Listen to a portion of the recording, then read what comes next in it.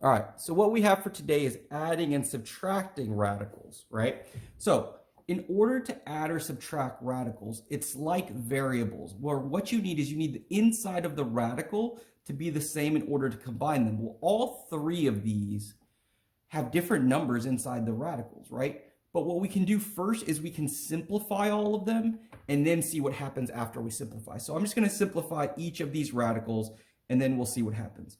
So remember, I'm going to divide by my numbers. So remember, the numbers I'm allowed to use are 2, 3, 5, 7, 11, so on and so forth.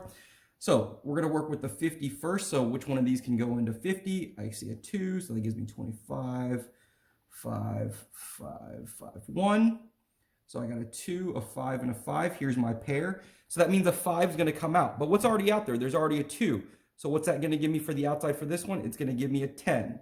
Root, what's left over? This 2, right? Now I'm going to do the 500. I have to do each of these, okay? So 500, what goes into 500? I see, let's take out a 5. So that leaves me with 100. Then I can take out another 5. That leaves me with a 20. We can go 2. That gives me a 10, 2, 5, 5, 1. So lining up on my numbers, remember, smallest to biggest, so the 2s will go first. And then the 5s. So what are my pairs? I got a 2 here and I got a 5 here. So 2 and 5, that's going to give me 10. But what's already out there? The 4. Don't forget about what's out there. So 10 times 4 is going to give me 40.